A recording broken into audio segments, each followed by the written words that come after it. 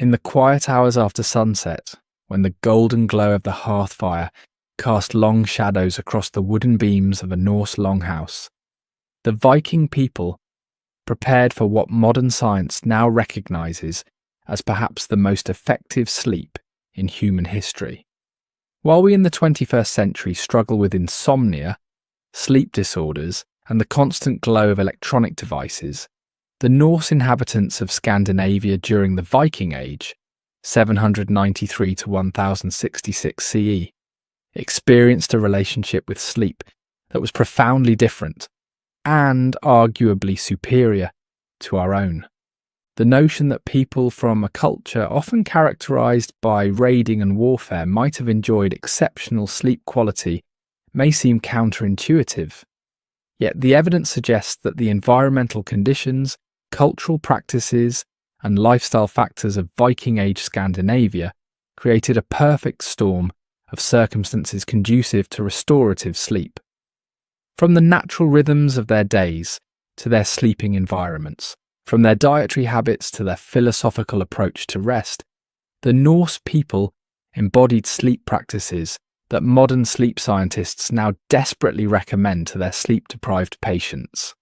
Archaeological findings from sites across Scandinavia, Iceland, and the Norse settlements in the British Isles, combined with literary evidence from the sagas and Eddas, reveal a culture whose sleep patterns were deeply attuned to natural cycles. Unlike our modern obsession with 8 consecutive hours of sleep, a relatively recent historical development, the Vikings embraced sleep patterns that worked in harmony with their environment, their bodies, and their cultural needs. This article explores the multifaceted reasons why Viking sleep practices may have been the most effective in human history. We will examine how their biphasic sleep patterns aligned with natural human rhythms, how their physical environments promoted better sleep, and how their cultural attitudes toward rest created healthier sleep hygiene than many subsequent civilizations achieved. By understanding the sleep practices of the Norse people, we gain not only historical insight, but potentially valuable lessons for improving our own troubled relationship with sleep in the modern world. As we journey through the sleeping habits of the Viking Age, we will meet characters like Thorvald the shipbuilder, whose winter sleep routine in his coastal Norwegian homestead reveals much about Norse sleep environments, and Astrid the healer, whose knowledge of sleep-inducing herbs was passed down through generations. Through these historically grounded examples, we can glimpse the lived experience of sleep during this fascinating period of human history. The evidence suggests a provocative conclusion. Despite their reputation as fierce warriors and explorers, the people of the Viking Age may have been among the most well-rested humans in history, a quality that perhaps contributed to their remarkable achievements in navigation, craftsmanship, and cultural expansion. As we shall see when it comes to sleep, we modern humans have much to learn from our Norse ancestors.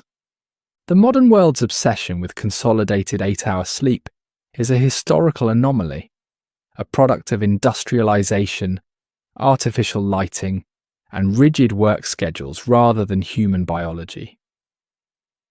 Archaeological evidence and saga accounts suggest that the Vikings, like many pre-industrial societies, practiced what sleep historians call biphasic, or segmented sleep, a pattern that may have been far more aligned with our natural biological rhythms.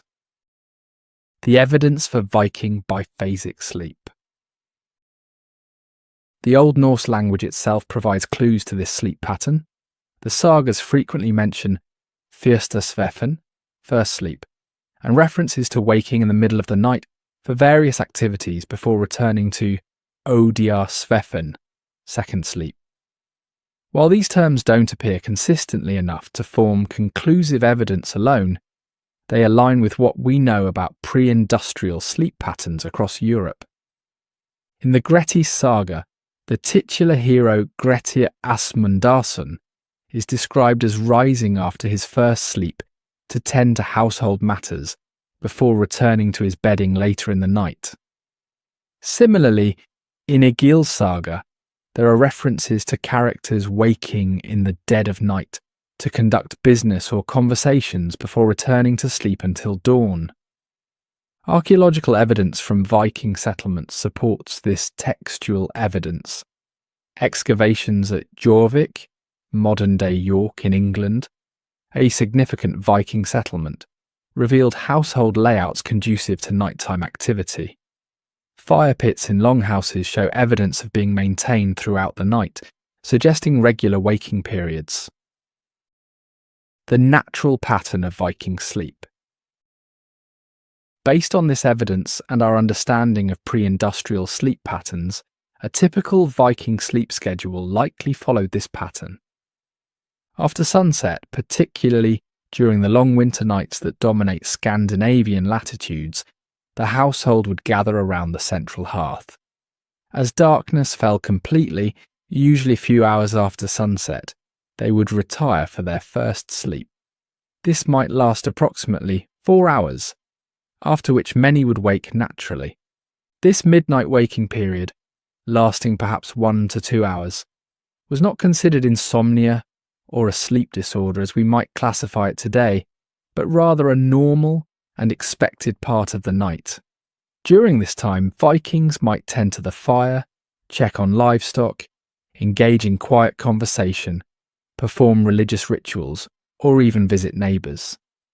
Consider Bjorn Haraldsson, a farmer from the Trondheim region of Norway. Archaeological evidence from similar farmsteads suggests that, after his evening meal, and perhaps some storytelling around the fire, Bjorn would retire to his sleeping platform as darkness fell completely, around 7 or 8 p.m. in winter. After sleeping deeply for about 4 hours, he might wake around midnight, add wood to the central hearth, check on his valuable livestock, perhaps drink some ale or water, and possibly discuss the next day's work with family members who were also awake. After an hour or so of such activities, he would return to his sleeping platform for his second sleep until dawn. The biological basis for biphasic sleep.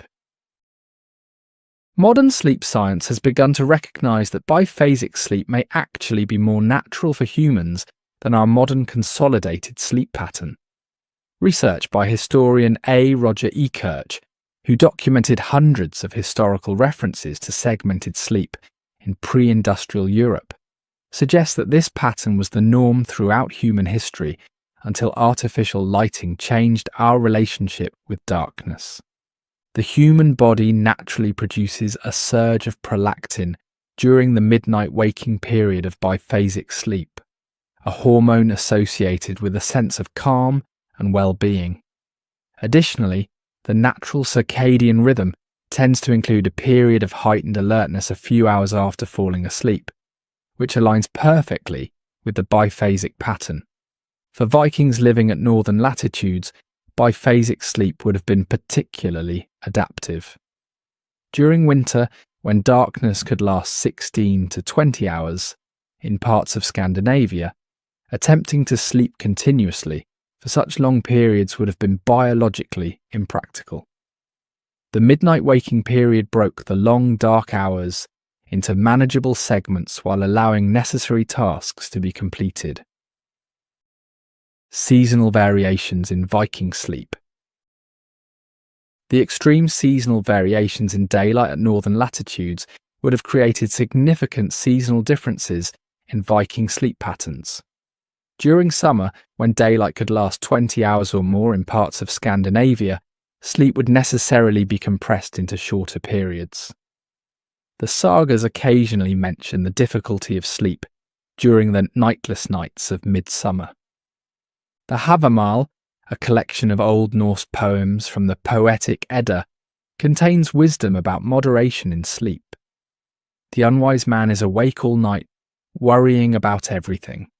When morning comes, he is tired, and all his troubles are just as they were. This suggests an awareness that sleep needed to be properly managed according to seasonal changes and personal needs. During winter, the pattern would shift dramatically. With darkness dominating the day, sleep would expand, though still likely in the biphasic pattern. Archaeological evidence from winter dwellings shows they were designed to maximize warmth and minimize fuel use during these long nights, creating perfect conditions for extended periods of rest. The midnight activities, what Vikings did between sleeps. The midnight waking period in Viking households was a time of quiet productivity and social connection. The sagas mention various activities conducted during this time. Craftwork. The making and repair of tools, spinning, and other quiet handcrafts were well suited to the midnight hours by firelight. Archaeological evidence from Viking settlements shows numerous small craft items that could have been produced during these quiet hours. Religious practices. Some scholars believe that certain religious rituals may have been performed during the midnight hours. The liminal nature of the midnight period, between one day and the next, had spiritual significance in many pre-Christian traditions. Storytelling and knowledge transmission. The sagas themselves may have been transmitted during these quiet midnight hours, when the mind was in a receptive, reflective state, and the household was gathered in intimate proximity. Sexual relations. The privacy afforded by darkness and the relaxed state between sleep periods made this a natural time for intimacy between couples. Security.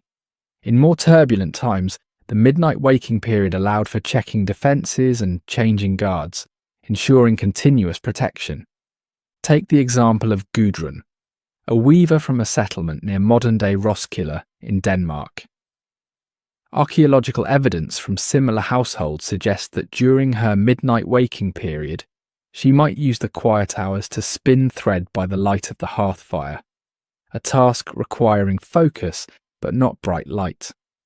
This productive use of what would otherwise be wasted time in bed allowed her to maximize both her rest and her productivity. The transition to consolidated sleep. The biphasic sleep pattern of the Vikings began to disappear across Europe in the centuries following the Viking Age, particularly with the spread of artificial lighting and the regimentation of time that came with industrialization. By forcing sleep into a single consolidated block, modern humans may have lost touch with a more natural rhythm that served our ancestors well for millennia. The Vikings' biphasic sleep pattern represents not a primitive or less advanced approach to sleep, but rather a more natural alignment with human biology and environmental conditions. Their segmented sleep, adapted to the extreme seasonal variations of northern latitudes, likely provided more restorative rest than our modern insistence on 8 consecutive hours, a pattern that often leads to sleep anxiety and insomnia when it cannot be achieved. Perhaps no factor contributed more significantly to the quality of Viking sleep than their relationship with darkness, a relationship fundamentally different from our modern experience. In an age before artificial lighting transformed human sleep patterns, the Norse people lived in harmony with natural light cycles, and this synchronization with nature's rhythms profoundly affected their sleep quality. The darkness of the North. The geographic location of Viking settlements, primarily in Scandinavia, with expansions into Iceland, Greenland, and parts of the British Isles, placed them in regions characterized by dramatic seasonal variations in daylight. During winter months, darkness dominated, with some northern regions experiencing only a few hours of dim daylight.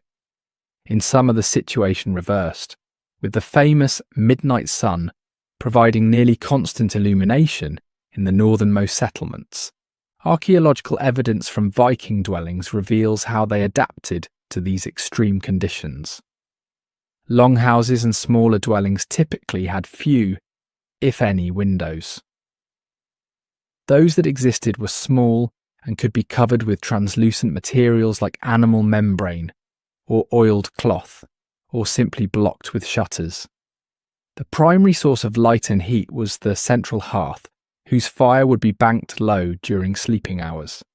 This created an environment of profound darkness during sleeping periods, a darkness far more complete than most modern humans ever experience. Even on clear moonlit nights, the interior of Viking dwellings would have been characterized by a darkness that modern sleep researchers now recognize as optimal for human sleep. The biological impact of true darkness. Modern sleep science has identified the critical importance of darkness for quality sleep. Darkness triggers the production of melatonin, the hormone that regulates sleep-wake cycles. Without sufficient darkness, melatonin production is suppressed, leading to difficulty falling asleep, reduced sleep quality, and potential long-term health consequences. The Vikings, living without artificial light, would have experienced melatonin production patterns closely aligned with natural sunset and sunrise. During winter months, this would have meant elevated melatonin levels for extended periods, creating ideal conditions for deep, restorative sleep. Consider Leif, a fisherman living on the Norwegian coast near modern-day Bergen. Archaeological evidence from similar coastal settlements suggests that his winter sleep environment would have been characterized by nearly complete darkness from mid-afternoon until late morning. With only the dim glow of banked coals in the hearth providing minimal illumination, his pineal gland would have produced melatonin at optimal levels for 12 to 16 hours each day during winter months. A study published in the Journal of Sleep Research found that when modern subjects were exposed to natural light cycles without artificial lighting for just 1 week, their sleep patterns rapidly synchronized with sunset and sunrise, and melatonin production increased by 30%. The Vikings lived their entire lives in such conditions, suggesting they likely experienced consistently optimal melatonin production. The Vikings were not, of course, without any form of artificial light. They used fires, oil lamps, and candles made from tallow or beeswax. However, these light sources differed fundamentally from modern lighting in ways that preserved sleep quality. First, these light sources produced primarily yellow-red spectrum light, rather than the blue spectrum light that most severely suppresses melatonin production. Modern research has shown that exposure to blue light, common in LEDs and screens, in the evening can delay melatonin production by up to 3 hours. The warm spectrum light of Viking fires and candles would have had minimal impact on their circadian rhythms. Second, these light sources were relatively dim. Archaeological experiments with reconstructed Viking oil lamps and candles suggest they produced between 5 to 20 lumens of light, compared to a modern LED bulb's 800 to 1,500 lumens. This low light level would have been insufficient to significantly suppress melatonin production. Third, artificial light was used sparingly due to the effort and resources required to produce it. Candles and oil for lamps were relatively expensive in terms of labour and materials. The sagas occasionally mention the careful use of lighting resources, suggesting that artificial light was used judiciously rather than wastefully. The Havamal contains wisdom that could be interpreted as addressing the importance of darkness for sleep.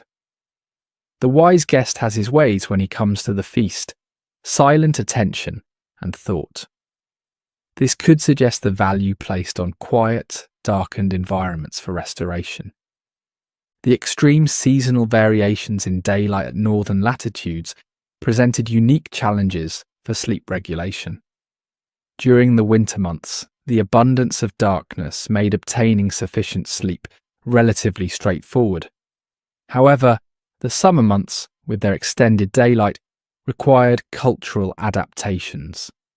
Archaeological evidence from Viking settlements shows the use of thick curtains or hangings that could be used to create artificial darkness during summer sleeping periods.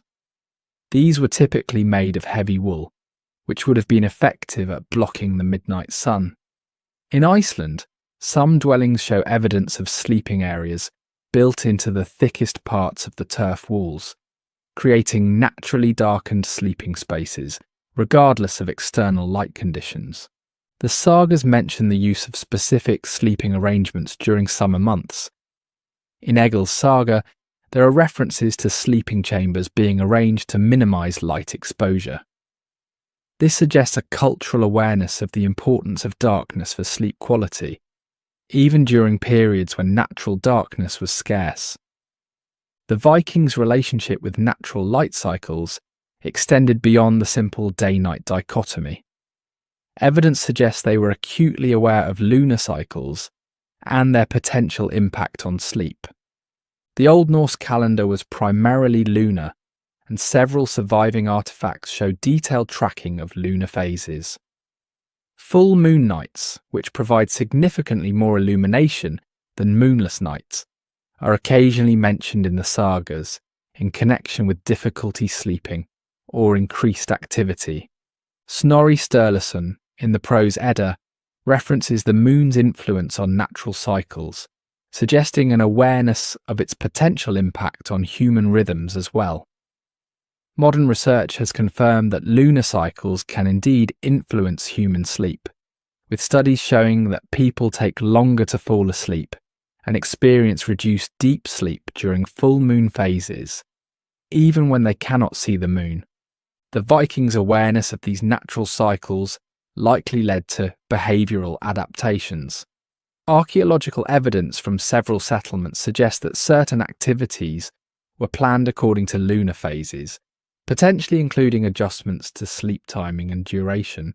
The sleep-friendly relationship with darkness that characterised the Viking Age began to change in the centuries that followed. The increased use of candles, the development of better oil lamps, and eventually gaslighting and electric light progressively eroded the natural darkness that had supported human sleep for millennia. By the Industrial Revolution, artificial light had dramatically altered human sleep patterns across much of Europe. The invention of the electric light bulb in the late 19th century accelerated this change, creating environments where true darkness became increasingly rare. Today, light pollution affects more than 80% of the world's population, and many people never experience the kind of complete darkness that was normal for the Vikings. This constant exposure to artificial light, particularly blue spectrum light in the evening hours, has been linked to widespread sleep disorders and related health problems. The Vikings' embrace of natural darkness, both by necessity and through cultural adaptations, likely contributed significantly to sleep quality superior to that experienced by most modern humans.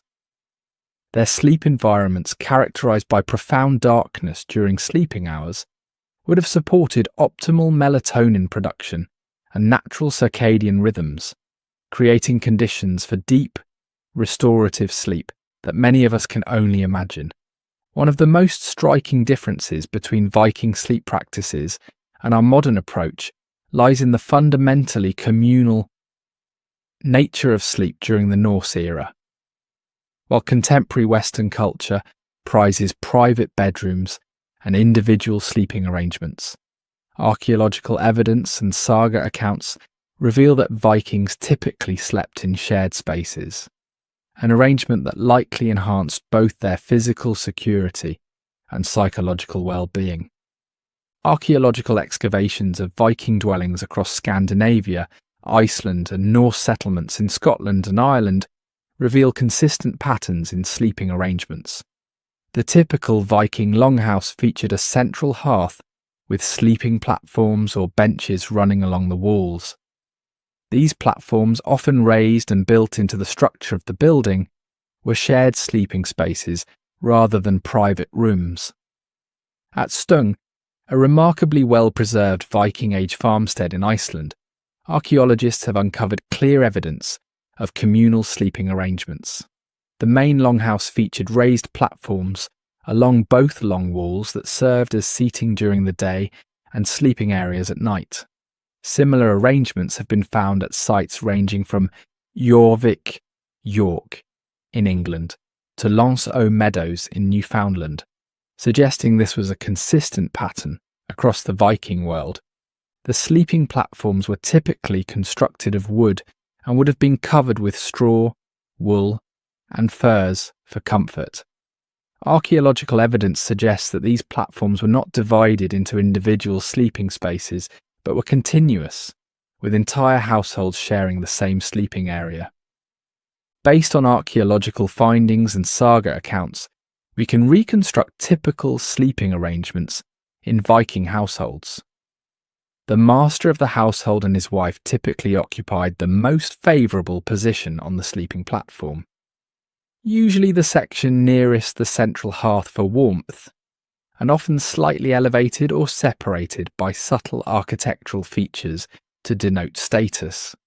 Children, unmarried relatives and servants would occupy other sections of the same sleeping platform, arranged according to status and practical considerations. In larger households, there might be sleeping platforms on both sides of the longhouse, with the household head's family on one side and lower status members on the other. Consider the household of Gunnar Hammondarson, a wealthy farmer from southern Iceland whose homestead has been partially excavated. Archaeological evidence suggests his longhouse measured approximately 20 metres by 5.5 metres, with sleeping platforms running along both long walls. Gunnar, his wife Hallgerda, and their youngest children would have slept on the most favourable section of the platform, while older children, relatives and workers occupied other sections. During particularly cold winter nights, the entire household, perhaps 15 to 20 people, would have slept in the same space, their body heat contributing to the warmth of the building.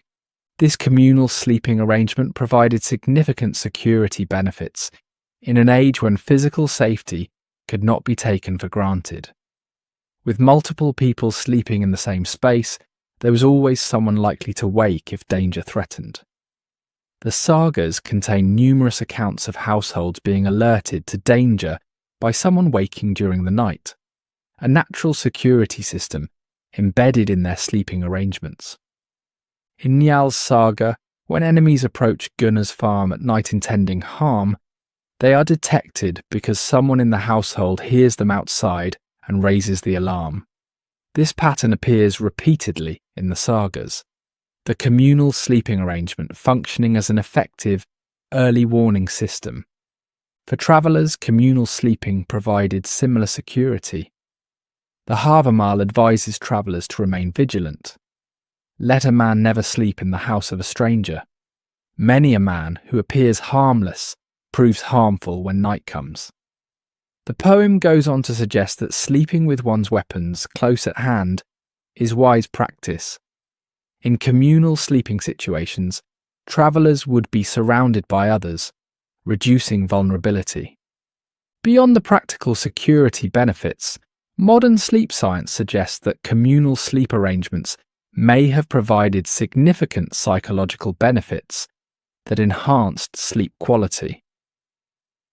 Humans are inherently social creatures, and the sense of security that comes from sleeping in the presence of trusted others can profoundly impact sleep quality.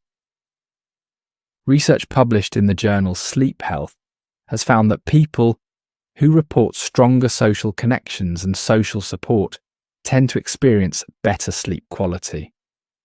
The physical proximity of trusted others during sleep appears to reduce vigilance and anxiety, allowing for deeper, more restorative sleep. For Viking children, sleeping alongside family members would have provided a sense of security that modern sleep researchers recognise as crucial for healthy sleep development. Studies of traditional cultures that practice co-sleeping have found that children in these arrangements often experience fewer sleep disturbances and develop healthy sleep associations. The saga literature occasionally references the comfort derived from communal sleeping. In Grettir's saga, the protagonist, who spends much time in isolation due to his outlaw status, specifically mentions missing the security of sleeping among household members. This suggests a cultural recognition of the psychological benefits of communal sleep. The communal nature of Viking sleeping arrangements raises obvious questions about privacy, particularly for intimate relations between couples. Archaeological and literary evidence suggests several adaptations that address these concerns. Some excavated Viking dwellings show evidence of curtains or dividers that could be used to create semi-private areas within the communal sleeping space. At the Coppergate excavations in York, archaeologists discovered remnants of textile dividers that appear to have been used to section off portions of sleeping platforms. The sagas occasionally mention closed beds or bed closets, box-like structures that could provide privacy within the larger communal space. These appear to have been primarily used by the head of the household and his wife, representing both a status symbol and a practical solution to privacy needs.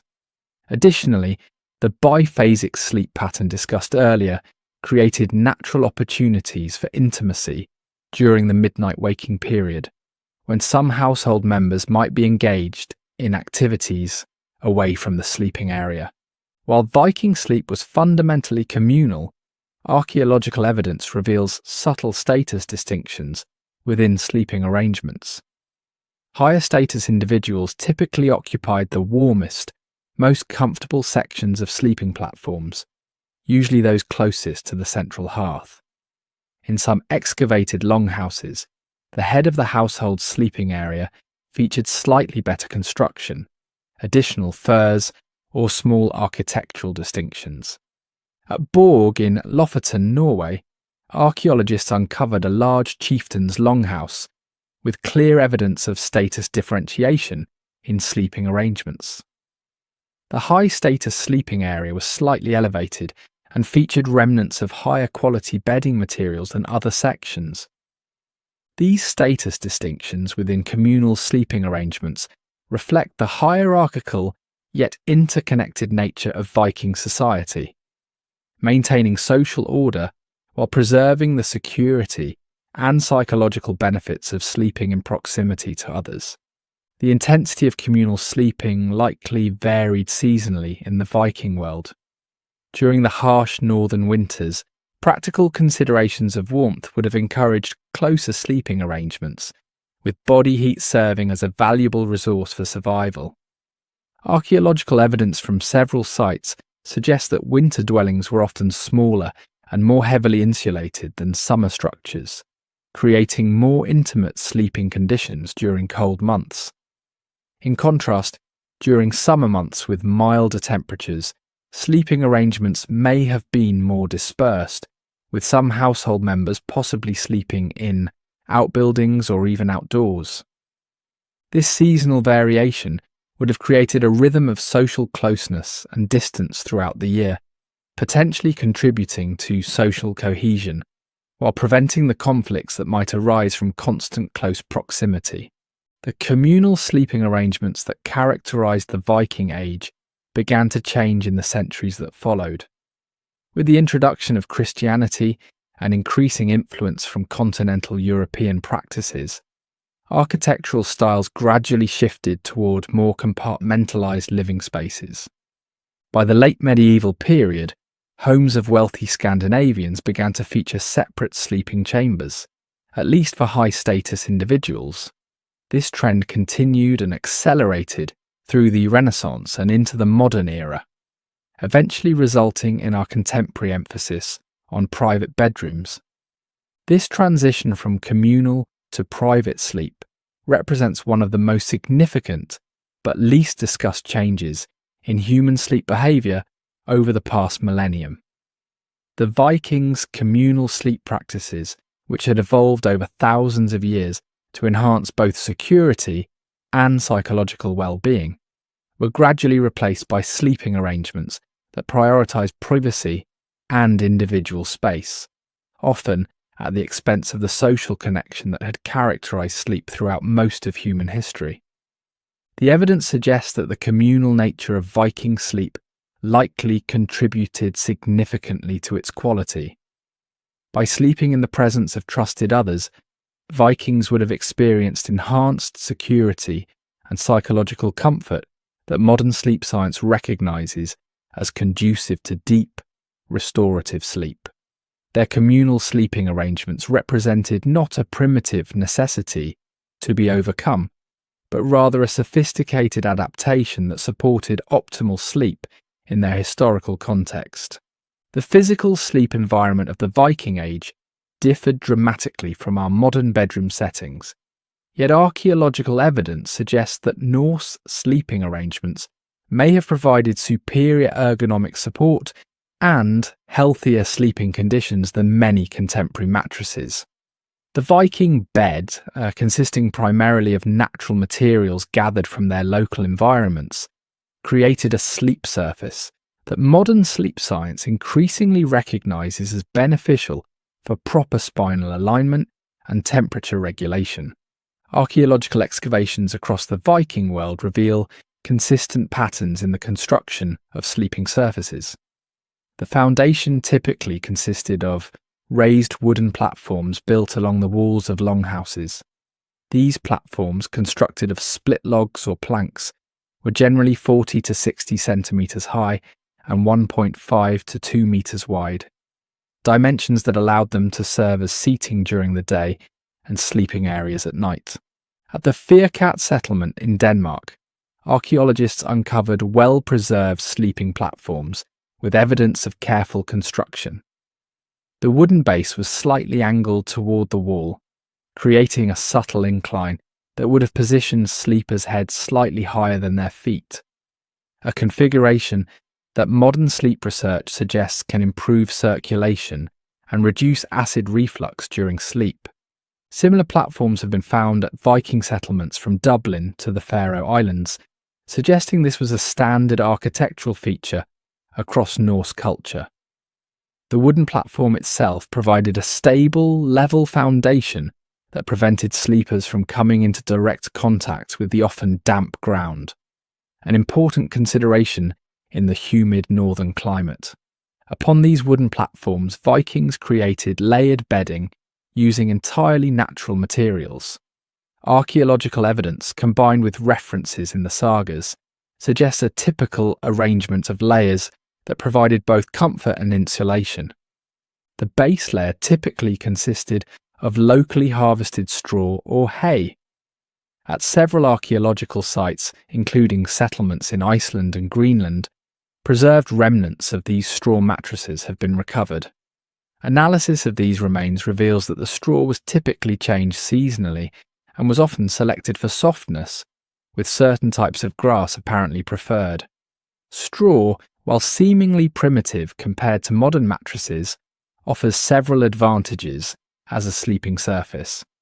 It provides natural spring and flexibility, conforming somewhat to the body while still offering support. Modern ergonomic research suggests that moderately firm, responsive surfaces like this may be optimal for spinal alignment during sleep. Additionally, straw allows air circulation, preventing the heat buildup that can occur with solid mattresses. This breathability would have helped regulate sleeping temperature, a factor that sleep scientists now recognize as crucial for quality sleep. The Norse practice of regularly replacing the straw would have also reduced dust mites and other allergens that can accumulate in modern mattresses. Above the straw foundation, archaeological evidence suggests layers of woolen materials were typically added. Textile fragments recovered from Viking burial sites and settlements indicate that coarse woolen blankets were common possessions, even in relatively modest households. Experimental archaeology, where researchers create and use replicas of Viking bedding, has demonstrated that these woolen layers provided excellent insulation properties. Wool retains its insulating capacity even when damp, a crucial advantage in the often humid Norse environment. Additionally, wool's natural lanolin content makes it somewhat water-resistant and inhibits bacterial growth, contributing to a healthier sleeping environment.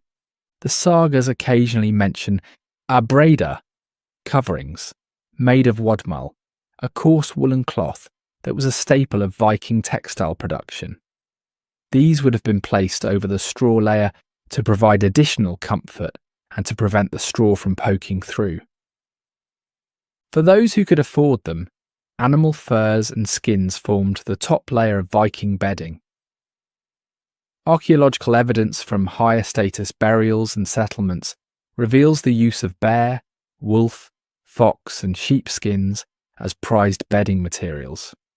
At the Oseberg ship burial, which contained the remains of a high-status woman from 9th century Norway, multiple animal hides were found, suggesting their importance as status symbols and practical bedding. Similarly, the 10th century Mammon burial in Denmark contained fragments of bear fur that appears to have been used as bedding. Furs provided superior insulation and a soft sleeping surface. Modern sleep researchers have found that natural fur and wool can help regulate body temperature during sleep by wicking away moisture while providing insulation, creating what sleep scientists call a microclimate that remains relatively stable throughout the night. Consider Astrid, the wife of a prosperous farmer near what is now Trondheim, Norway. Archaeological evidence from similar households suggests her sleeping area would have consisted of a wooden platform, covered first with fresh rye straw, changed seasonally, then a layer of coarse woolen cloth, and finally, as befitting her status, several sheepskins and perhaps a bear skin. This arrangement would have provided excellent insulation against the cold Norwegian nights, while offering ergonomic support similar to what modern orthopedic mattresses attempt to achieve. Modern sleep science increasingly suggests that the firm but responsive support provided by traditional bedding materials may be superior for spinal health compared to many modern mattresses. Research published in the Journal of Chiropractic Medicine has found that medium-firm, natural sleeping surfaces often provide better support for the natural curvature of the spine than very soft mattresses, which can allow the spine to sag into misalignment. The layered approach of Viking bedding created a surface that was firm enough to support proper alignment while still conforming somewhat to body contours. This combination, which high-end modern mattress companies now attempt to recreate with advanced materials, came naturally from the Vikings' use of straw, wool, and furs in combination. Additionally, the Viking practice of sleeping slightly inclined, with the head end of the platform often slightly higher, aligns with modern recommendations for those suffering from acid reflux or certain respiratory conditions. This natural incline would have facilitated easier breathing during sleep. One of the most significant advantages of Viking bedding materials was their superior temperature regulation, compared to many modern alternatives. Sleep scientists now recognise that maintaining an optimal body temperature is crucial for quality sleep, particularly for achieving and maintaining deep sleep phases. The natural materials used in Viking bedding, straw, wool and fur, all possess excellent temperature regulating properties.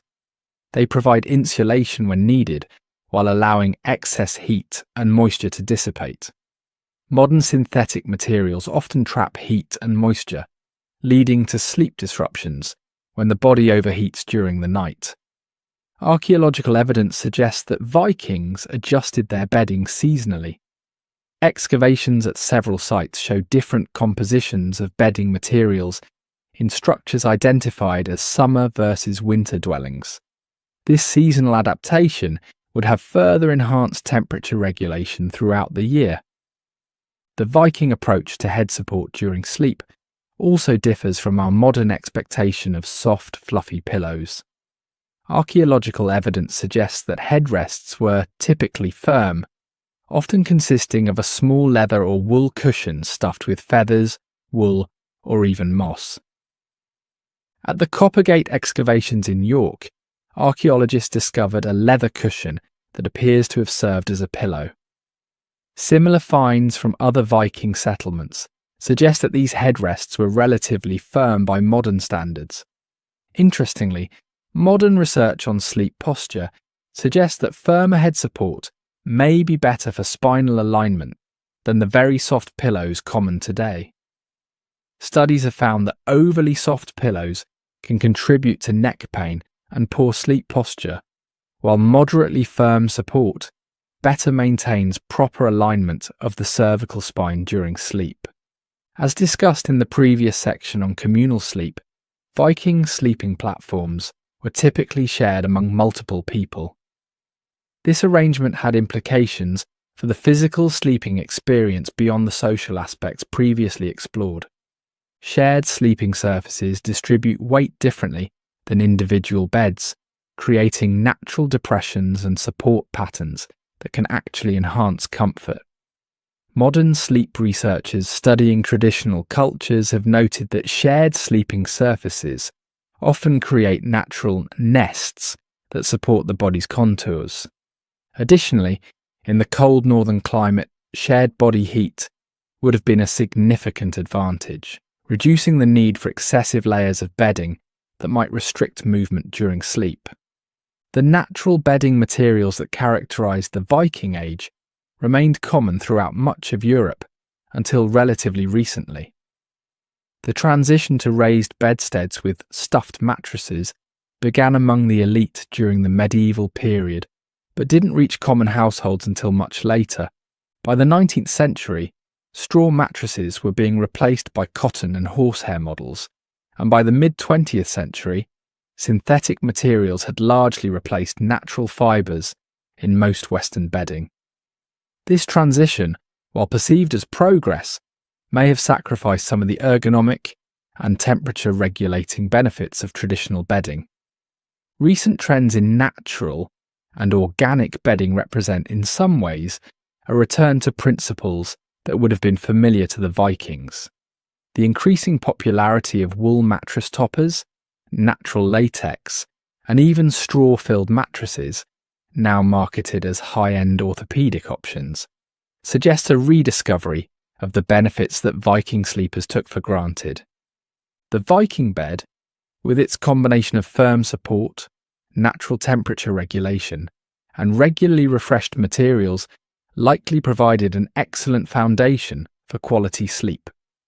While lacking the plushness we associate with luxury bedding today, the Norse sleeping surface offered ergonomic benefits that many modern mattresses attempt to recreate with advanced technology and materials, a testament to the sophisticated practicality of Viking sleep arrangements. While the Vikings are often remembered for their martial prowess and seafaring adventures, archaeological and literary evidence reveals a sophisticated understanding of medicinal plants, including those used to promote sleep and treat sleep disorders. The Norse pharmacopoeia included numerous herbs that modern science has confirmed possess sedative, anxiolytic, and sleep-enhancing properties.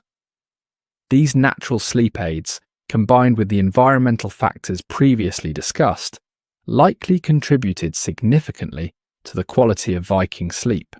Archaeological excavations at Viking settlements have yielded substantial evidence of medicinal herb use. Pollen analysis from middens refuse heaps, and from residues in cooking vessels reveals the presence of numerous plants known for their sedative properties. At Jorvik, York, archaeologists discovered preserved seeds and plant remains including valerian, Valeriana officinalis, hops, Humulus lupulus, and linden, Tilia species, all plants with documented sleep-promoting properties. Similar findings have emerged from excavations in Dublin, Hedeby, and various Scandinavian sites, suggesting widespread knowledge of these plants' properties. Particularly telling are finds from what appear to be healers' or herbalists' dwellings. At a 10th century settlement near Kaupang, Norway, archaeologists uncovered a building containing numerous preserved plant materials and specialised containers, suggesting it may have belonged to someone specialising in herbal medicine. Among the identified plants were several with sedative properties. Literary evidence, the sagas and medicinal texts. While the sagas rarely focus specifically on medicinal practices, they contain occasional references to sleep-inducing herbs and preparations. In Egil's saga, there is mention of a drink prepared to help an ailing person sleep, while other sagas contain passing references to herbal treatments for various ailments, including sleep difficulties. More detailed information comes from slightly later medieval Scandinavian medical texts that likely preserved older knowledge. The 13th century Harpestrang Lægebog, Henrik Harpestrang's medical book, written in Denmark but drawing on older traditions, contains numerous references to herbs used for sleep, including detailed instructions for their preparation and use. These sources, combined with a broader European medical tradition that Vikings would have encountered in their travels, suggest a well-developed understanding of sleep-promoting herbs. The Viking sleep pharmacopoeia. Based on archaeological findings and historical texts, we can identify several key herbs that would have been used to promote sleep in the Viking Age. Valerian, Valeriana officinalis. Archaeological evidence confirms the Vikings cultivated and used valerian, a plant native to Europe with powerful sedative properties. Modern research has validated valerian's effectiveness, with studies showing it reduces sleep latency, the time it takes to fall asleep, and improves sleep quality. Valerian root contains valerianic acid, which affects GABA receptors in the brain similar to modern benzodiazepines, but without the same risk of dependency. Hops, Humulus lupulus. While best known today as a beer ingredient, hops have a long history as a sedative. Archaeological evidence confirms Viking-era use of hops, both in brewing and medicinal preparations. Hops contain methyl butanol, which has demonstrated sedative effects. Modern studies have shown that hops, particularly when combined with valerian, can significantly improve sleep quality. Linden or lime flowers, Tilia species. Pollen and plant remains from Viking settlements confirm the use of linden, which contains flavonoids with mild sedative and anxiolytic properties. Linden tea remains a popular sleep aid in modern Scandinavian folk medicine. Chamomile, Matricaria chamomilla. Archaeological evidence suggests chamomile was known and used medicinally by Vikings. Its mild sedative effects come from apigenin, a flavonoid that binds to benzodiazepine receptors in the brain. Modern studies have confirmed chamomile's effectiveness for improving sleep quality. Lavender, Lavandula angustifolia. While not native to Scandinavia, lavender was likely encountered by Vikings in their travels and possibly cultivated in some settlements. Archaeological evidence from Viking trading centres shows lavender was among the imported medicinal herbs. Modern research has demonstrated that lavender's scent alone can improve sleep quality by decreasing heart rate and blood pressure. Passion flower, Passiflora incarnata. Although this is more speculative, there is some evidence suggesting Vikings who reached North America may have encountered and brought back passion flower, which Native Americans used as a sedative. If so, this would have been a valuable addition to their sleep pharmacopoeia, as passion flower contains chrysin, a compound with anxiolytic effects. Archaeological and literary evidence suggests several methods by which Vikings prepared and administered these sleep-promoting herbs. Infusions and decoctions. The most common preparation was likely herbal teas. Archaeological finds include specialised vessels that appear designed for brewing herbal preparations. The sagas occasionally mention medicinal drinks, and later Nordic medical texts provide specific instructions for preparing herbal infusions. Alcoholic extractions. Vikings were skilled brewers and evidence suggests they created medicinal alcoholic preparations similar to modern tinctures. Alcohol effectively extracts many of the active compounds in sedative herbs and would have enhanced their absorption. Smoke inhalation. Some herbs, particularly hops and lavender, may have been added to fires for their aromatic properties. Archaeological evidence from several sites shows specialised containers that may have been used for burning aromatic substances. Herbal pillows. Later Nordic folk medicine includes the tradition of herbal pillows stuffed with sedative herbs. While direct archaeological evidence of this practice from the Viking Age is lacking, it represents a plausible use of these plants. The use of medicinal herbs in Viking culture likely had both practical and ritualistic dimensions.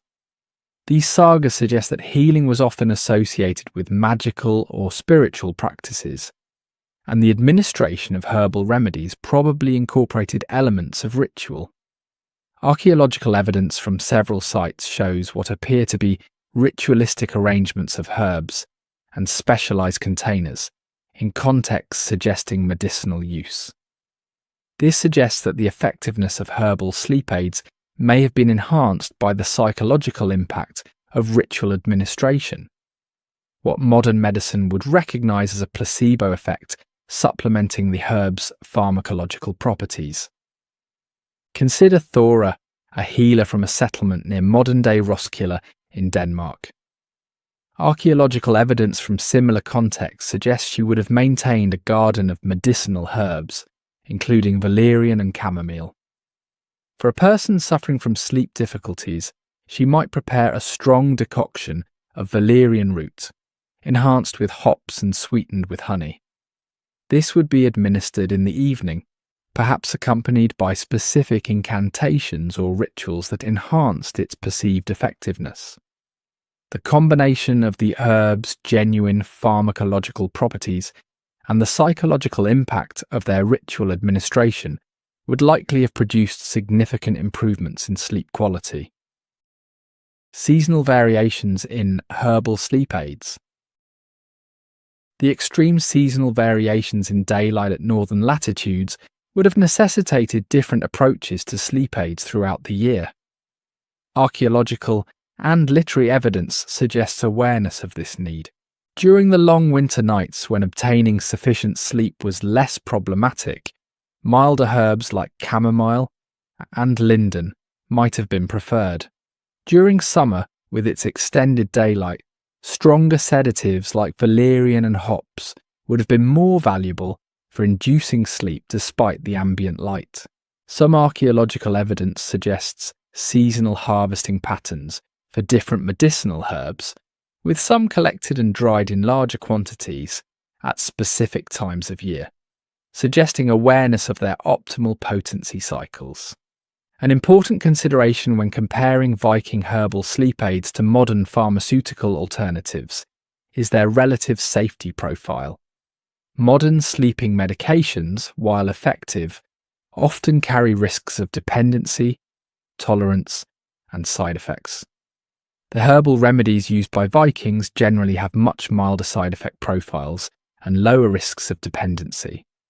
Modern research has confirmed that herbs like valerian, hops, and chamomile can improve sleep quality without the risks associated with many prescription sleep aids. While less potent than modern pharmaceuticals, their gentler action may actually have been advantageous for regular use, allowing Vikings to enhance sleep quality without developing tolerance or dependency. Additionally, the Vikings' apparent practice of using different herbs, seasonally and in varying combinations, would have further reduced the risk of developing tolerance to any particular remedy. Perhaps the most significant advantage of the Viking approach to sleep aids was their integration into a holistic sleep environment. Unlike modern sleep medications, which often attempt to force sleep in environments and schedules hostile to natural sleep patterns, Viking herbal remedies worked in concert with their natural light exposure, physical activity patterns, and sleep environment. This integrated approach likely enhanced the effectiveness of their herbal sleep aids. Modern sleep research has shown that the same sleep aid can have dramatically different effects depending on whether it's used in conjunction with good sleep hygiene practices or in isolation. The Vikings' use of herbal sleep remedies within a lifestyle already conducive to good sleep would have maximised their effectiveness while minimising any potential drawbacks.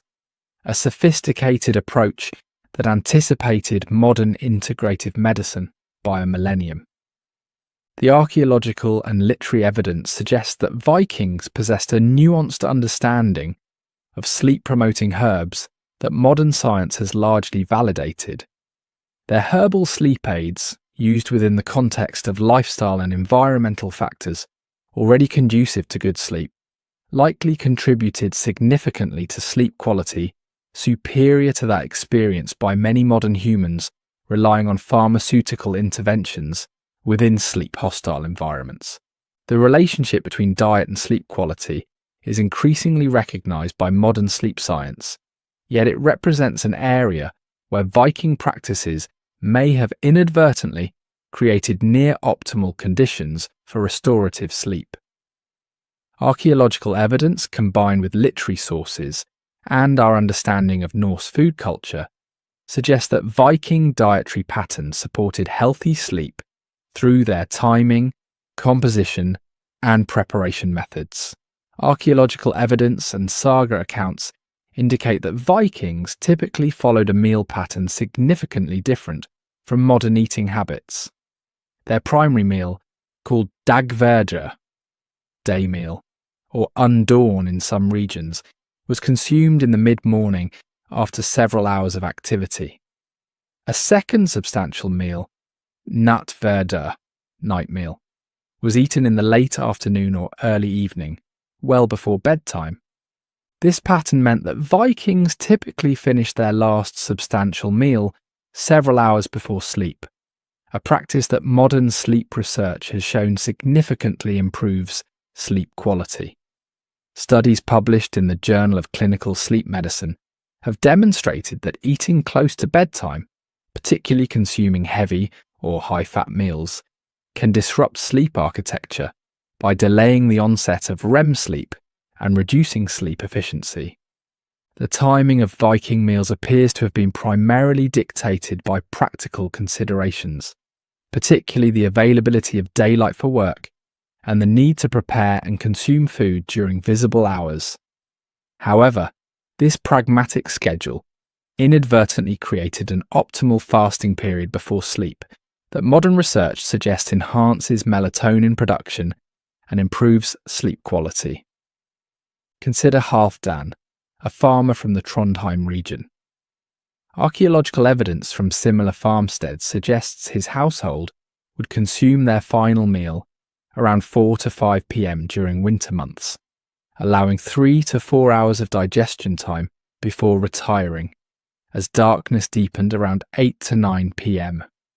This natural interval between eating and sleeping would have allowed his digestive processes to substantially complete before sleep began, preventing the sleep disruptions associated with active digestion during the early sleep phases. Analysis of archaeological remains, including food residues, middens, refuse heaps, and human remains with isotope analysis, provides detailed information about the Viking diet. This evidence reveals several aspects of Norse nutrition that likely supported healthy sleep. High protein content. Archaeological evidence shows that the Viking diet was relatively high in protein from both animal and plant sources. Protein-rich foods contain significant amounts of tryptophan, an amino acid that serves as a precursor to serotonin and melatonin, both crucial neurochemicals for healthy sleep. Modern research has shown that adequate dietary protein, particularly when consumed earlier in the day rather than immediately before sleep, supports optimal sleep architecture. Omega-3 fatty acids. Isotope analysis of Viking remains consistently shows high levels of marine-derived nutrients, confirming the importance of fish in the Norse diet. Fatty fish which archaeological evidence shows were dietary staples in many Viking communities, are rich in omega-3 fatty acids. Modern research has demonstrated a strong correlation between omega-3 consumption and improved sleep quality, with studies showing that higher blood levels of DHA, a type of omega-3, are associated with better sleep. Complex carbohydrates. Archaeological evidence, including carbonized grain remains and grinding tools, shows that barley, rye, and oats were staples of the Viking diet. These whole grains provide complex carbohydrates that modern research has linked to improved sleep quality. Studies have shown that high glycemic carbohydrates consumed close to bedtime can reduce sleep latency. While the complex carbohydrates typical of the Viking diet, consumed earlier in the day, provide sustained energy without the sleep-disrupting blood sugar fluctuations associated with simple carbohydrates. Limited refined sugar. The Viking diet was notably low in simple sugars, with honey being the primary sweetener, and used sparingly due to its value. Modern research has demonstrated that high sugar consumption, particularly close to bedtime, can significantly disrupt sleep architecture by causing blood sugar fluctuations throughout the night. Fermented foods. Archaeological evidence shows that fermented foods, including ska'ayar, a yogurt-like dairy product, fermented fish, and various preserved vegetables, were important components of the Viking diet. These foods support gut health, which emerging research suggests plays a crucial role in sleep quality through the gut-brain axis and the production of sleep-regulating neurotransmitters. Several specific foods common in the Viking diet have been identified by modern research as particularly beneficial for sleep. Fatty fish.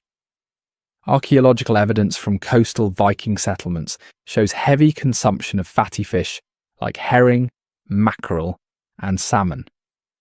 These fish are exceptionally rich in vitamin D and omega-3 fatty acids, both of which have been linked to improved sleep quality in multiple studies.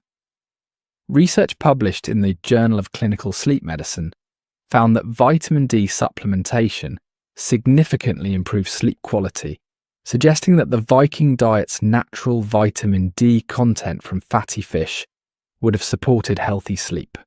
Oats. Carbonized grain remains from numerous Viking settlements confirm the importance of oats in the Norse diet.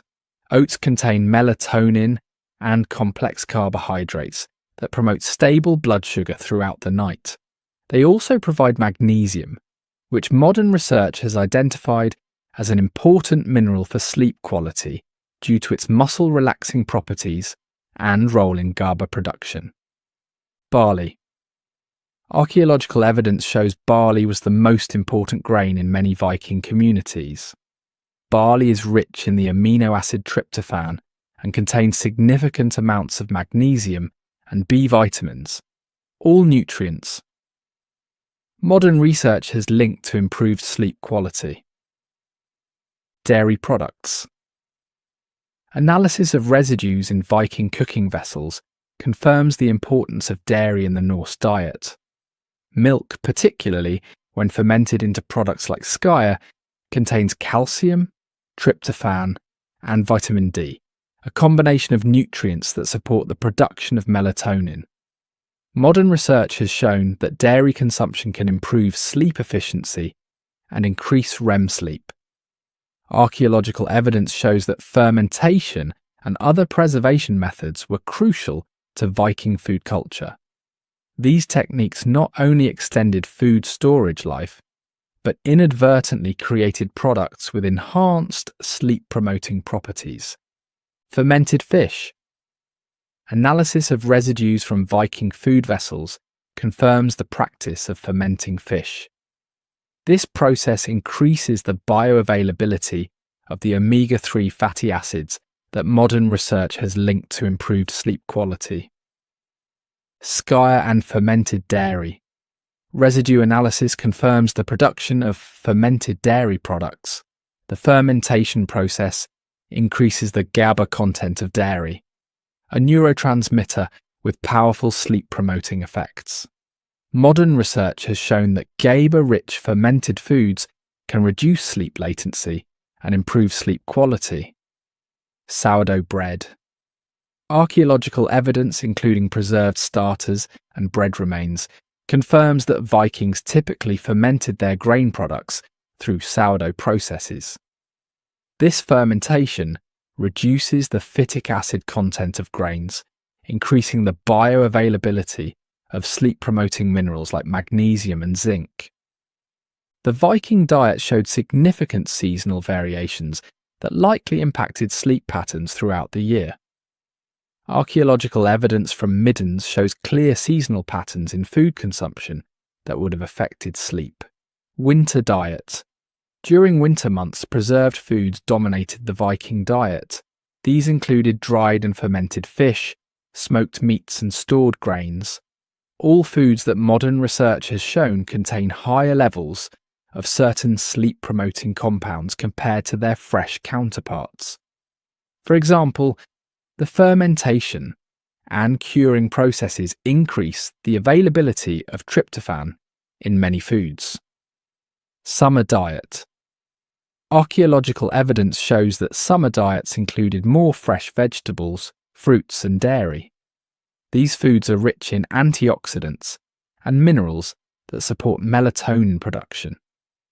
The natural synchronization of diet with seasonal light changes may have helped Vikings maintain healthy sleep despite the dramatic seasonal variations in daylight at northern latitudes. Analysis of Viking drinking vessels and well constructions confirms the importance of adequate hydration in Norse culture. Water, ale, with lower alcohol content than modern beer, and whey-based drinks appear to have been the primary beverages. Modern sleep research has established that proper hydration is crucial for quality sleep, while dehydration can fragment sleep and increase awakening frequency. The Viking practice of consuming moderate amounts of liquid throughout the day, rather than large amounts close to bedtime, which can cause nighttime awakening for urination, aligns with modern recommendations for sleep-supporting hydration patterns.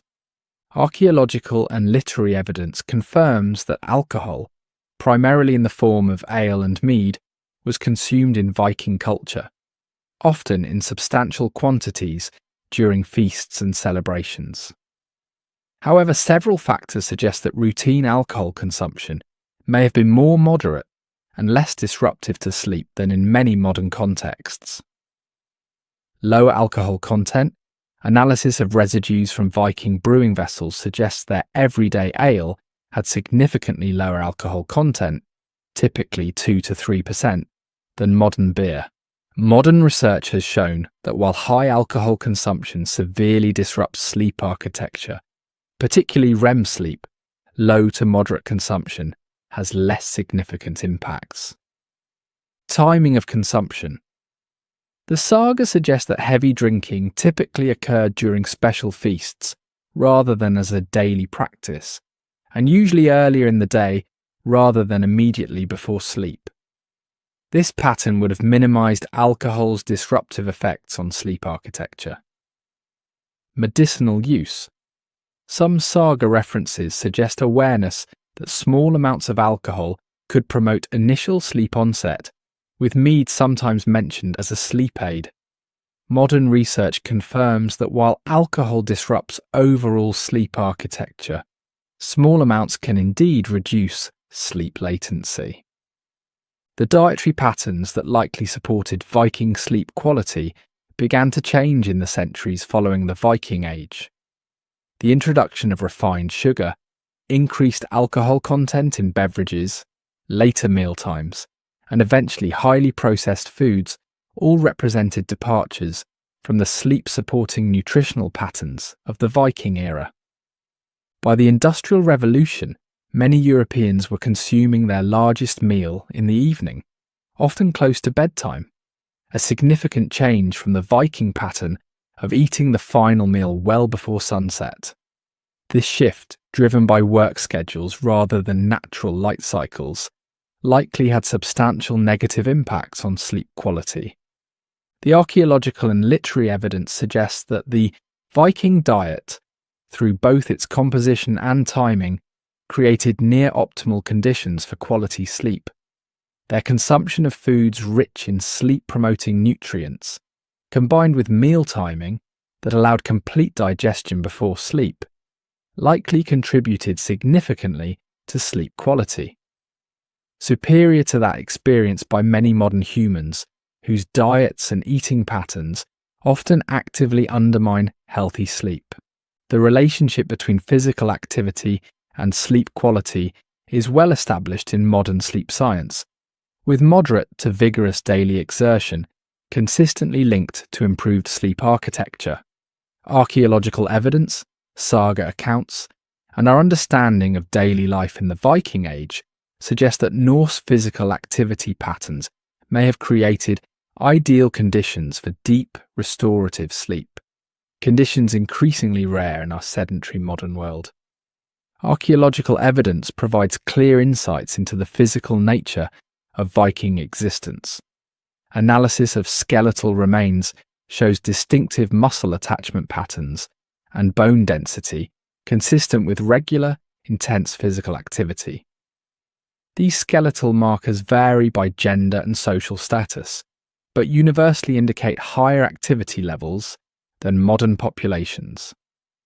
Examination of male Viking skeletons frequently shows asymmetrical development of arm and shoulder muscles, consistent with regular rowing, a physically demanding activity central to Norse maritime culture. Female skeletons often show distinctive muscle attachments associated with grain grinding, textile production, and other physically demanding domestic activities. Even high-status Vikings show skeletal indicators of regular physical activity. The remains of individuals buried with wealthy grave goods still display bone density and muscle attachment sites indicative of regular exertion, suggesting that physical activity was universal across Viking society rather than limited to labourers. The daily energy expenditure of Vikings would have far exceeded modern levels.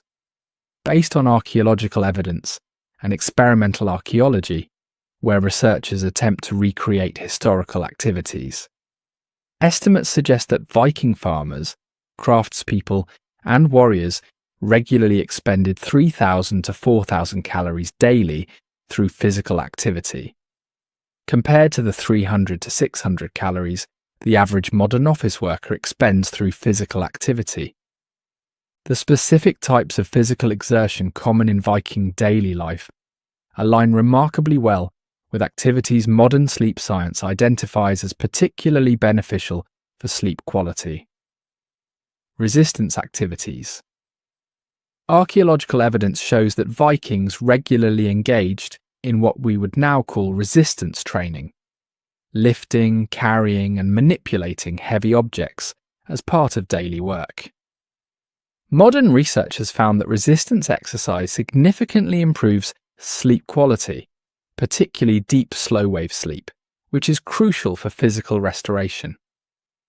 The construction of Viking longhouses, ships, and fortifications required substantial strength. Experimental archaeology projects, where modern researchers attempt to build Viking structures using period-appropriate techniques, have demonstrated the extraordinary physical demands of these activities. One such project found that moving the heavy timbers for a modest longhouse required efforts comparable to modern strength training sessions. Aerobic activities. Archaeological evidence and saga accounts confirm that Vikings regularly engaged in sustained aerobic activities, including rowing, marching, and agricultural labour. Modern sleep research has consistently found that aerobic exercise is one of the most effective non-pharmaceutical interventions for improving sleep quality, particularly when performed regularly but not immediately before bedtime.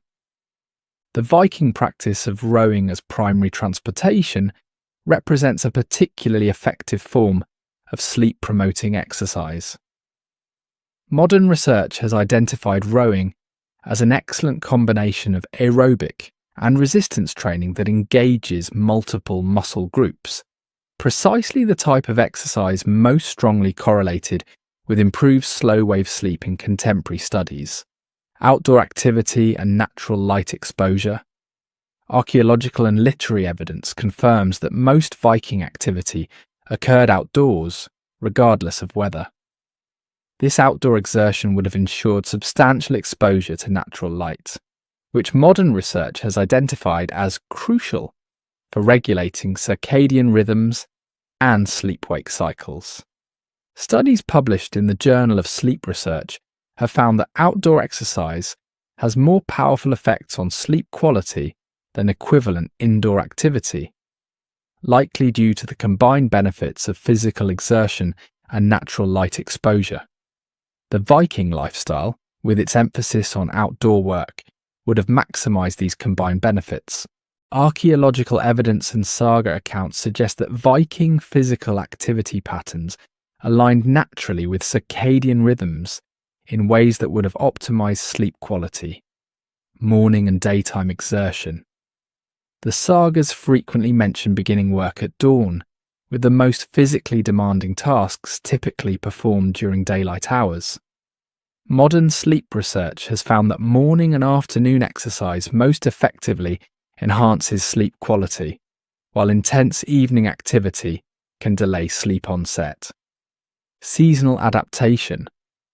Archaeological evidence suggests that work patterns shifted seasonally, with more intense physical activity during the extended daylight of summer, and reduced, though still substantial, exertion during winter months. This natural seasonal variation would have helped maintain consistent sleep quality, despite dramatic seasonal changes in daylight hours at northern latitudes. Gradual evening reduction. The saga literature suggests that evening activities typically involved less physically demanding tasks, such as storytelling, handicrafts, and meal preparation. This natural tapering of physical exertion in the hours before sleep aligns perfectly with modern recommendations for optimizing sleep onset. Consider Gunnar, a shipbuilder from coastal Norway. Archaeological evidence from similar contexts suggests his typical day would involve intense physical labour from dawn until late afternoon, rowing to obtain materials, lifting and shaping heavy timbers, and operating manual tools. As evening approached, his activities would naturally transition to less demanding tasks like fine carving or planning the next day's work. This pattern, intense physical exertion during daylight hours followed by gradually reduced activity before sleep, creates ideal conditions for deep, restorative sleep, according to modern research. While the Vikings engaged in substantial daily physical activity, archaeological and literary evidence suggests they also recognised the importance of rest and recovery, creating a balanced approach to exertion that would have supported optimal sleep. Seasonal rest periods. The saga literature references Jólavild, Yule rest, a period during the darkest winter months when physical labour was reduced and rest was emphasised. Modern research has found that periodic deloading phases are crucial for preventing the sleep disruptions associated with overtraining.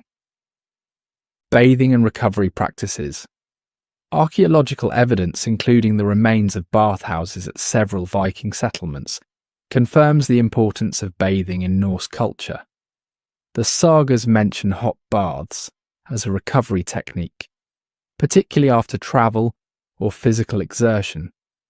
Modern research has identified warm bathing, especially 1 to 2 hours before bedtime, as an effective way to improve sleep quality by facilitating the natural drop in core body temperature that signals the body to sleep. Awareness of fatigue. The saga literature suggests a cultural awareness of the importance of adequate rest. The Havamal advises moderation in all things, including work, and contains wisdom that could be interpreted as recognizing the importance of sufficient recovery. Cattle die, kindred die, every man is mortal. But the good name never dies of one who has done well. This suggests a long-term perspective that would support sustainable work patterns rather than constant exhaustion. Archaeological and literary evidence suggests that much Viking physical work was performed communally, often accompanied by songs, stories, or competitive elements. Modern research has found that social exercise has particularly powerful benefits for sleep quality compared to solitary exertion.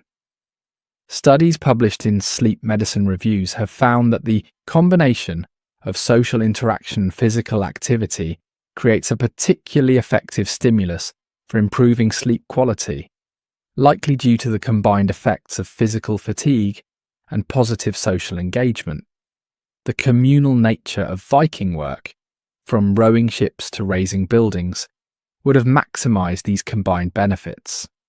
The Viking pattern of substantial daily physical exertion performed primarily during daylight hours contrasts sharply with modern activity patterns. Today, many people engage in minimal physical activity throughout the day, exercise intensely in the evening, if at all, perform physical activity indoors under artificial light, experience little seasonal variation in activity levels. Each of these modern patterns represents a departure from the activity patterns that supported Viking sleep quality. The shift from consistent daily physical exertion to sedentary lifestyles punctuated by occasional intense exercise represents one of the most significant changes in human sleep hygiene over the past millennium. Modern research suggests that the Viking pattern of consistent, substantial daily physical activity, performed primarily during daylight hours, creates ideal conditions for deep, restorative sleep, particularly the crucial slow-wave sleep phases during which physical recovery occurs. An important distinction between Viking and modern fatigue patterns lies in the balance between physical and mental exhaustion. Archaeological and literary evidence suggests that Viking daily life involved substantial physical exertion, but relatively limited cognitive stress compared to modern, information-saturated environments. Modern sleep research has found that physical fatigue generally enhances sleep quality, while mental, cognitive fatigue and stress often undermine it.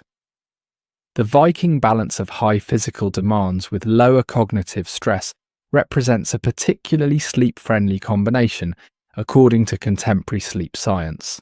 The archaeological and literary evidence suggests that Viking physical activity patterns, characterized by substantial daily exertion, performed primarily during daylight hours, with natural seasonal variations and appropriate recovery periods, created near-optimal conditions for quality sleep.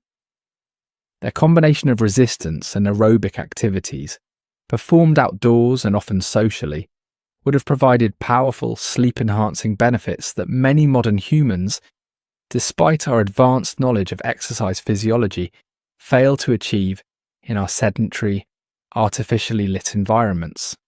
Beyond the physical and environmental factors that contributed to Viking sleep quality, archaeological evidence and saga literature suggest that Norse psychological approaches to sleep may have been equally important. Their cultural attitudes toward rest, their methods of managing anxiety, and their spiritual beliefs about sleep created mental conditions conducive to the deep, restorative sleep that modern humans often find elusive. The saga literature reveals a Norse culture that valued proper rest without fetishizing sleep or developing anxiety about it, a balanced approach that modern sleep psychology recognizes as optimal for sleep quality. The Havamal, a collection of Old Norse poems from the Poetic Edda, contains several verses that could be interpreted as addressing the importance of moderation in sleep. A man should not sleep all the morning through. He who grasps at wealth is often without wisdom. This suggests a cultural value placed on rising with purpose, while other verses warn against excessive vigilance and worry. The unwise man is awake all night and ponders everything over. When morning comes, he is weary in mind, and all is a burden as ever. These complementary perspectives suggest a balanced approach that valued adequate sleep without excessive concern about it. Precisely the attitude that modern sleep psychologists recommend for optimal sleep quality. The Norse cultural approach appears to have treated sleep as a natural, necessary part of life, rather than either a luxury to be minimized or a problem to be solved. This balanced attitude contrasts sharply with both medieval Christian ascetic traditions that sometimes viewed sleep reduction as spiritually virtuous, and our modern productivity-obsessed culture that often treats sleep as an inefficiency to be minimized. The Viking approach, valuing adequate rest while maintaining clear purpose, represents a psychological middle path that modern sleep psychology recognizes as most conducive to healthy sleep. Archaeological evidence and saga accounts confirm the importance of evening storytelling in Norse culture. The physical evidence includes the arrangement of seating around central hearths in longhouses, creating natural storytelling spaces, while the literary evidence includes numerous references to evening saga telling as a common activity. Modern sleep psychology has identified the importance of cognitive decompression before sleep, transitional activities that help the mind shift from active problem solving to the relaxed state conducive to sleep onset. The Viking practice of evening storytelling would have served this function perfectly, providing entertainment while allowing listeners to mentally disengage from the concerns of the day. Research published in Sleep Medicine has found that pre-sleep activities involving passive engagement, like listening to stories, improve sleep onset and quality compared to problem-solving activities or exposure to interactive media. The Viking tradition of oral storytelling in the evening hours represents an ideal pre-sleep cognitive activity according to modern sleep science. Consider Astrid, a woman from a farmstead near what is now Uppsala, Sweden. Archaeological evidence from similar households suggests that after the evening meal, her family would gather around the hearth, where an elder might recount tales of ancestors or mythological stories.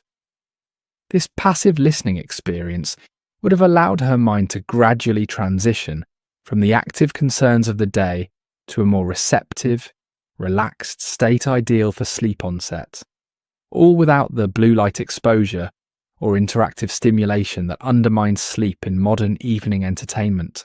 Archaeological evidence, including amulets and carved symbols found near sleeping areas, combined with literary references in the sagas and Eddas, suggest that Vikings held complex spiritual beliefs about sleep and dreaming that likely influenced their sleep experience. The Norse cosmology included significant attention to dreams as potential sources of wisdom or prophecy.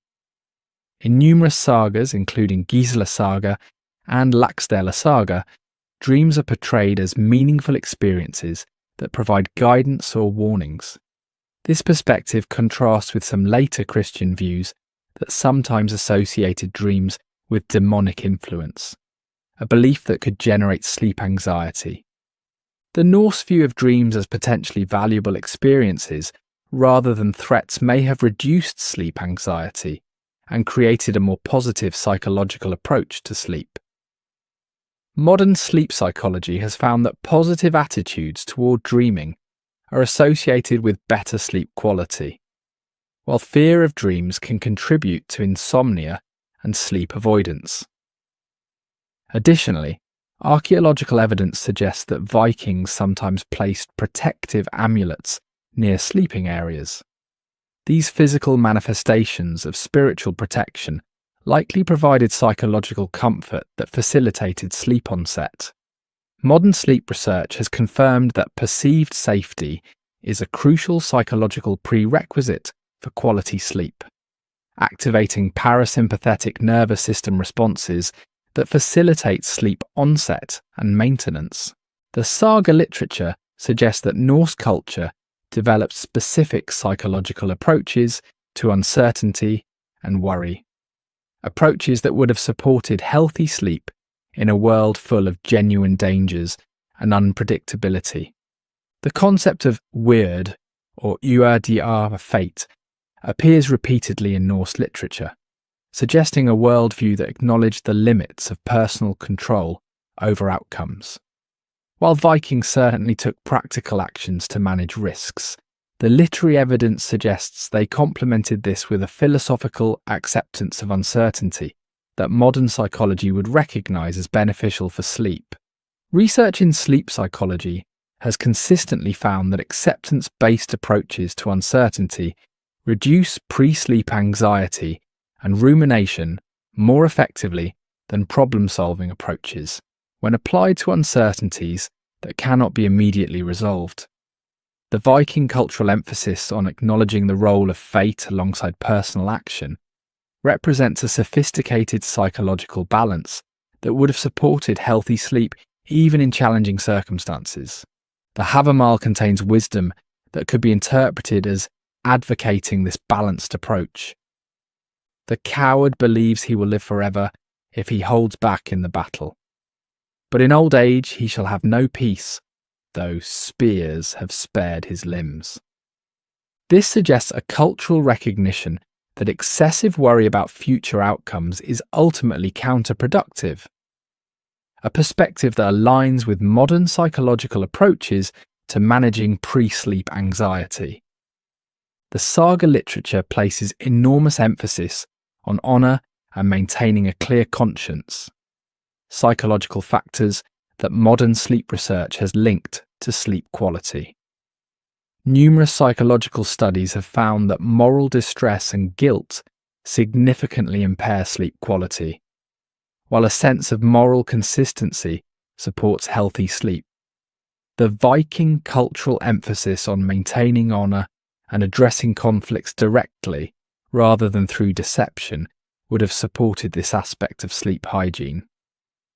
The sagas contain numerous examples where characters are unable to sleep due to unresolved moral issues or dishonourable actions.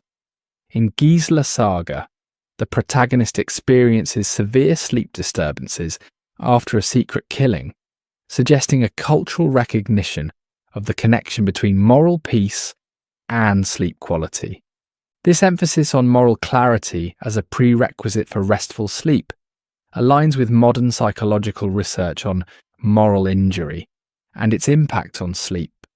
Studies of individuals with PTSD and moral injury have found that moral distress specifically disrupts REM sleep and increases nightmares, suggesting that the Viking cultural emphasis on maintaining honour may have supported healthier sleep architecture. Archaeological evidence of Viking settlement patterns and defensive structures, combined with the communal sleeping arrangements discussed earlier, suggests an approach to security that would have supported healthy sleep psychology. Modern sleep research has identified perceived safety as a fundamental prerequisite for quality sleep. The brain's vigilance system must determine that an environment is secure before allowing the vulnerability of deep sleep. The Viking approach to security, combining physical defences with communal sleeping arrangements where multiple individuals could respond to threats, created conditions of perceived safety that would have supported deeper, more restorative sleep. This contrasts with the often isolating sleeping arrangements of modern life, where individuals may feel solely responsible for responding to potential threats, a psychological burden that can maintain excessive vigilance during sleep periods and reduce sleep depth. Archaeological and literary evidence suggests that Vikings developed psychological adaptations to the extreme seasonal variations in their environment, particularly the challenge of the long winter darkness at northern latitudes. The timing of major feasts and celebrations, as evidenced by both archaeological remains of feast halls and saga references, shows a concentration of communal celebrations during the darkest winter period. Modern psychological research has found that anticipation of positive social experiences significantly reduces depression and anxiety, suggesting that the Viking cultural calendar may have been structured to provide psychological support during the challenging winter months. Additionally, the Norse concept of solvörf, sun turning or solstice, represented an important psychological framework for understanding the cyclical nature of dark periods. Archaeological evidence, including solstice markers at several sites, confirms the cultural importance of recognizing these astronomical turning points. Modern psychological research has found that framing difficult periods as temporary and cyclical significantly reduces their negative psychological impact, suggesting that the Viking cultural understanding of seasonal cycles may have provided important psychological resilience during the challenging winter darkness. The psychological approaches to sleep that characterized the Viking Age began to change with Christianization and subsequent cultural developments. The introduction of concepts like acedia, spiritual sloth, and religious practices involving intentional sleep disruption, such as the monastic practice of nocturnal prayers, represented significant departures from the more balanced Norse approach to sleep. By the late medieval period, new anxieties about sleep had emerged in European culture, including fears of spiritual dangers during sleep and increased moral scrutiny of dreams. These developments likely undermined the more straightforward, balanced psychological approach to sleep that characterized the Viking Age. The archaeological and literary evidence suggests that Viking psychological approaches to sleep, characterized by balanced attitudes toward rest, effective pre-sleep cognitive decompression through storytelling, positive spiritual associations with sleep and dreaming, pragmatic approaches to uncertainty, emphasis on moral clarity, and communal security, created near-optimal conditions for quality sleep.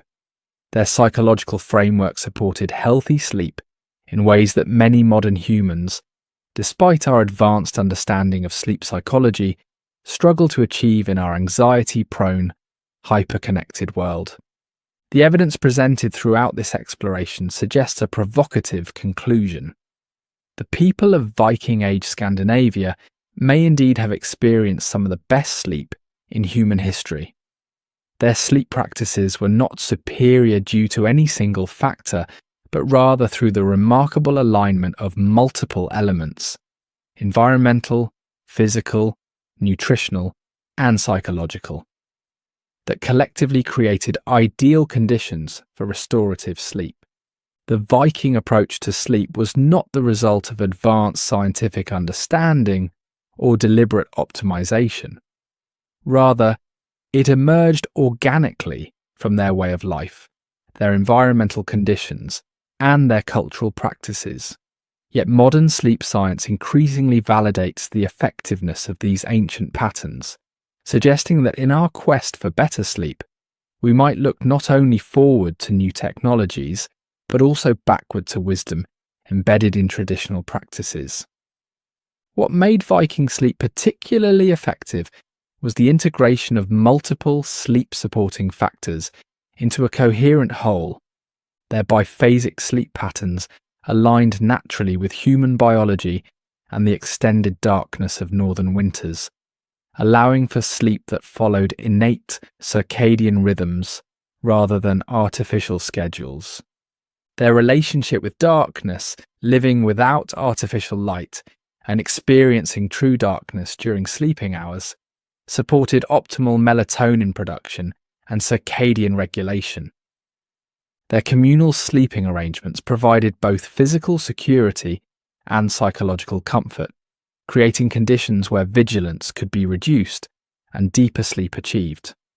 Their sleeping surfaces, constructed from natural materials and regularly refreshed, offered ergonomic support and temperature regulation that many modern mattresses attempt to recreate with advanced technology. Their use of herbal sleep aids provided gentle, non-habit-forming support for sleep onset and quality, without the side effects associated with many modern sleep medications. Their dietary patterns, with meals timed well before sleep and composed of nutrients that modern science recognizes as sleep-supporting, created optimal conditions for digestive comfort during sleep. Their physical activity patterns, characterized by substantial daily exertion, performed primarily during daylight hours, created the kind of physical fatigue that promotes deep, restorative, slow-wave sleep. Their psychological approaches to sleep, balanced, accepting, and unburdened by sleep anxiety, created the mental conditions necessary for surrendering to sleep without the performance pressure that undermines many modern sleep attempts. This integration of multiple factors created a sleep ecosystem far more conducive to quality rest than our modern environment. Despite all our technological advances and scientific knowledge, the sleep-friendly practices of the Viking Age did not disappear overnight.